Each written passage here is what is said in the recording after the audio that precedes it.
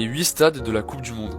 Aujourd'hui, je vous présente les 8 stades de la Coupe du Monde ainsi que leur histoire. En 8ème position, on a le stade Ahmed Ben Ali, inauguré en décembre 2020. L'architecture du stade est censée rappeler le désert situé non loin de l'enceinte.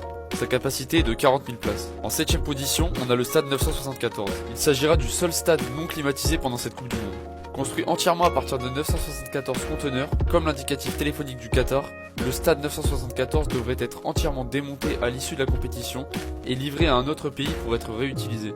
Sa capacité est de 40 000 places. La 6ème place, le stade Al Toumama. L'architecture du stade rappelle le kéfier, couvre-chef porté dans l'entièreté du monde arabe. Sa capacité est de 40 000 places. En 5ème position, on a le stade Education City.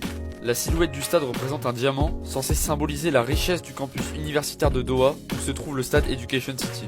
Sa capacité est de 40 000 places. En 4ème position, on a le stade Al Janoub. Le stade est situé au sud de Doha, dans la ville d'Al Wakra, connue pour ses activités maritimes. En hommage, l'architecture rappelle les voiles des boutres des voiliers traditionnels utilisés dans le Golfe. Sa capacité est de 40 000 places. En 3ème position, on a le stade international Khalifa. Inauguré en 1976, il s'agit du plus ancien stade du Qatar. L'enceinte a été rénovée pour la Coupe du Monde. Sa capacité est de 40 000 places. En 2ème position, on a le stade Al-Bayt.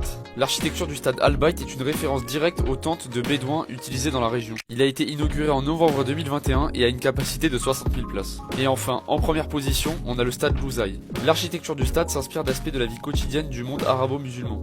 Ici, des motifs présents sur les bols et les navires de la région.